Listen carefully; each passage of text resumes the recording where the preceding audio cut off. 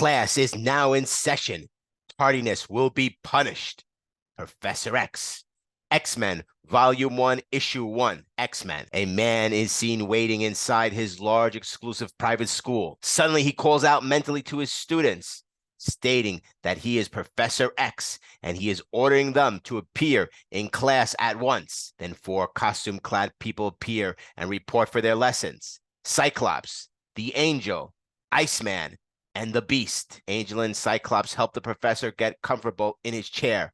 Iceman plays a prank on the Beast and freezes his arm. Angel has to pull the two off each other, and Professor X begins their training lessons using his training machine. The Beast is first and given time lessons to help him with his agility skills. He first grabs a taut wire with his toes in a second and a half. He then spins wildly on the wire and jumps through the room in exactly 3 seconds. Then he practices his balancing skills while Cyclops slackens the wire tension, causing him to jump off and land on his feet. The Angel takes his turn and tests out his wing reflexes. He flies around jet flames through a giant closing clamp and then skips through a bladed spinner without a slip. He becomes overconfident, however, and when a sound concussion blasts around him, he loses his edge and begins to fall before recovering. Iceman asks the professor to allow him to take more risk, even though he is the youngest student.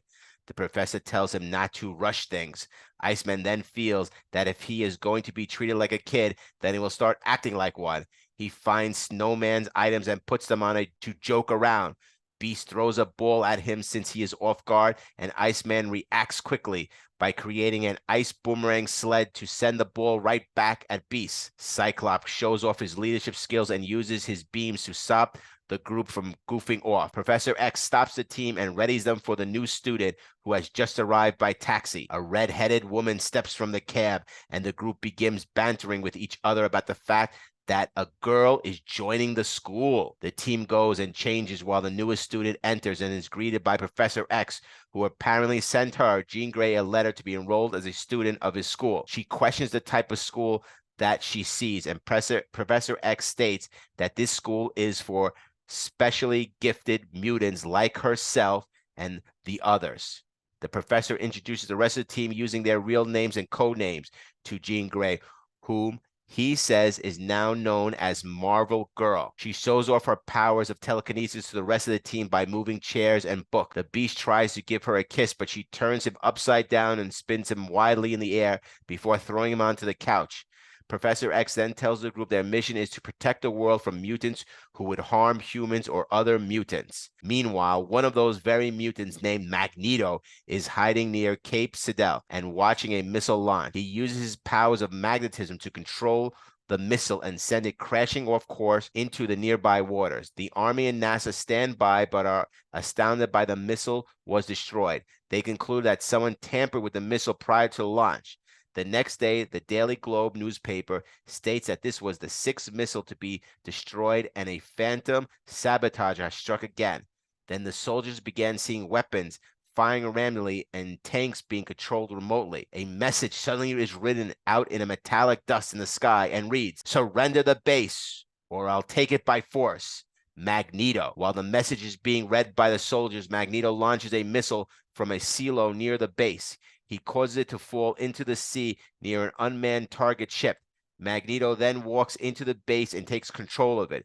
He uses his power to entrap the soldiers in a magnetic fence from which they cannot escape. The X-Men are alerted to the crisis at the Cape. They each change into their uniforms and are driven to the airport in Professor X's Rolls Royce in order to take his private jet to the Cape. The X-Men arrive and request the Army hold off firing on the base for 15 minutes. Finally, the first of the X-Men reaches the force field and use your energy beam at greater power. That magnetic field is stronger than it seems, Cyclops. Gosh, the professor is still in touch with us mentally despite the distance between us. Yes, sir, Professor. I'll increase the beam's intensity right now. I'm getting through. That's what was needed, a natural counterforce to batter the unnatural magnetic field. And now I'll switch to maximum power. I can only maintain this pressure for a few seconds, but I did it. Behind the force field, a natural energy feed back weakens the startled Magneto. Some power is attacking me. some power as superhuman as my own. I was staggered because I was unprepared for any such onslaught, but now that I am forewarned, I can defeat any foe, no matter how superhuman he may be. But Magneto is soon to learn that he has more than one foe to contend with. He has the fighting band of X-Men. Cyclops almost knocked himself out, but he's got us in here. Now let's prove we can carry the ball.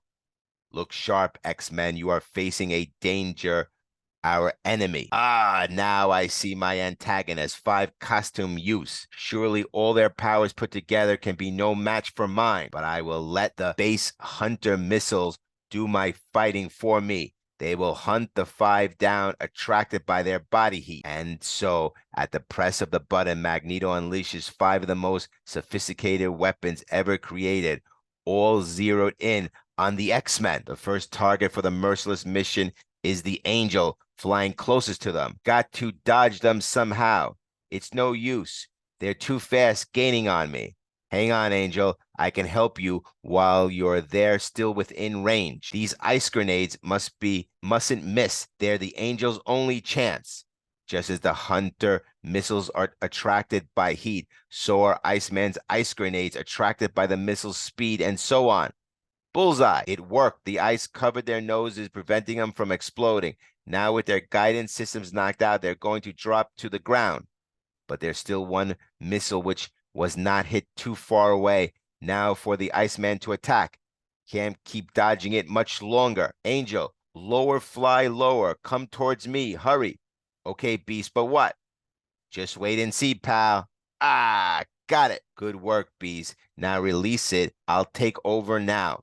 And then using the amazing telekinetic power, Marvel Girl mentally hurls the missile into the sea, where it harmlessly detonates upon impact.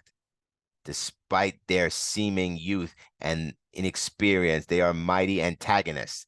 I must never again make the mistake of underestimating them, but I shall still prove to be their master. Don't congratulate yourself too soon, Magneto. See how easily I can remove your magnetized junk with my energy beam. Much obliged, Cyclops. Magneto can have gone far. Let's find him now. They are all together now. Good. I'll finish them off with one fell swoop. Not all those with mutant powers are fit to rule the earth. You must be destroyed. Heads up, X-Men. Here comes trouble. Can't get out of the way in time. Only one thing to do. Stay close together. I'll cover us with an ice igloo shield. He ignited the rocket fuel. It's gonna blow up. Wham! Now, with them out of the way, nothing remains to interfere with the master plan of the miraculous Magneto. The heat is so intense that even I cannot get close to it. I must walk carefully around it. The beam from beneath the ground. What does it mean? It means you're finished, Magneto. Cyclops created a tunnel for us under the blast with his energy beam, saving us from the impact. And now you haven't defeated me yet. I can still escape you, flying by the means of magnetic repulsion. Ugh, he created another magnetic force field. Can't fly through it. Don't worry, Angel. We'll breach it in no time. And breach it they did, but by that time, he's gone. But where? A mutant with his powers. He could be anywhere. But at least we've beaten him for now. The army is gracious and the base is safe once again, and thanks the X-Men for their help. The team then flies back home in the jet while Professor X telepathically congratulates the team for a job well done. Notes: the intro introduces both the concept of mutants as an offshoot race of humans, and the X-Men's mission is to protect humanity from evil mutants. Professor X, Professor Xavier, first appearance. X-Men, first appearance. Cyclops, Slim Summers, first appearance. Marvel Girl, Jean Grey, first appearance, joins the team. Angel, Warren Warrington III, first appearance. Beast, Hank McCoy, first appearance. Iceman, Bobby Drake, first appearance. Magneto, first appearance. The Danger Room is not introduced in this issue, although Xavier uses a training machine to test his students' abilities. Oddly, Professor X is shown testing their abilities in the second floor room with windows facing the main street where anyone might happen to look in and discover their secret identities. It must also be unusual spacious room as the Angel is shown flying around in it. Although this issue is the first appearance of the X-Men, the team, minus Marvel Girl, has already been formed. Their previous storylines are shown in other titles and flashbacks in direct contradiction to the dialogue spoken by Professor X in this issue, who remarks on his fears about sending the team on their first mission. Professor Xavier claims that he lost the use of his legs in a childhood accident. It is later revealed in X-Men 9 that he actually was disabled while fighting Lucifer. This retcon is critical to Kane Marco's origin X-Men 12 and Xavier's time in Israel and Egypt, X-Men 117 and Uncanny X-Men 161. Cyclops is referred to as Slim in this issue. His real first name, Scott, is not revealed until X-Men 3. When Jean arrives at school, she and Professor X ask if they have never met in person, though they have been in correspondence. It is later revealed in Bizarre Adventures 27 and Classic X-Men 42 that the two of them had several training sessions prior to Jean's arrival at the school. Jean also demonstrates her telekinetic ability, but there is no mention of her own telepath, nor would there be for the first several years of the series run. Iceman was originally drawn to look like a snowman when he manifested his powers. He regularly threw snowballs as weapons. This issue also established that Iceman is younger than the rest of the teammates. The professor specifies that Iceman is 16 years old at the time of publication. This would place Iceman's birth currently 1947. This is a topical reference based on a sliding timescale of Earth 616. When the X-Men get their first glimpse of Jean through the window, Cyclops, Angel, and Beast are smitten, but Iceman comments, "A girl, big deal." The implication is that Iceman is not yet interested in girls. While this may have been one impetus of many motivating the future relevance that Bobby Drake is gay, it almost certainly intended to represent his youth and immaturity at the time of the publication. He certainly shows plenty of interest in girls later over the decades of the publication history before the homosexuality reveal. It wouldn't be the first time awkward and otherwise forgotten Stan Lee characterization was taken out of context. Professor X mentions his unnamed parents and claims that both of his parents have worked on the Manhattan Project, which developed the first atomic bomb. X-Men 12 confirms that Brian Xavier was a nuclear scientist, but not that Sharon Xavier was a fellow scientist. The implication is that mutation result of atomic power. His statement also implies that Xavier may be as young as 21 years old as the Manhattan Project began in 1942. This is contradicted by X-Men 12 showing Xavier serving in the Korean War, implying that under normal circumstances, Xavier will be no longer than 28 in 1963. Magneto introduces the term Homo Superior in the second panel in which he appears. The X-Men reportedly defeat Magneto in less than 15 minutes, and unnamed general comments that is uncanny. This is the first time the term is used to describe the uncanny X-Men. What will become of Xavier's signature catchphrase, "To me, my X-Men"? Debates on the final page. It's hardly a catchphrase at the time, since it'll be decades before he says it again. Professor X claims that Cyclops is getting better at receiving the professor's thoughts and that there will soon be no need to speak aloud to him, indicating that Professor previously had trouble communicating telepathically with Cyclops. Jean Grey claims to have had the power of telekinesis for particularly her entire life, and that she had to keep it a secret for her entire life. This is contradicted by later backstories detailing how she first discovered her power. Professor X claims that he was perhaps the first mutant ever born. This is patently untrue in later stories, although Professor X was likely unaware of any older ones at the time. Magneto, World War II backstory wouldn't be written for almost 20 years, so it's quite possible Magneto was originally intended to be younger than Professor X. Other older mutants were much later introduced and likely unknown to Professor X at the earlier date.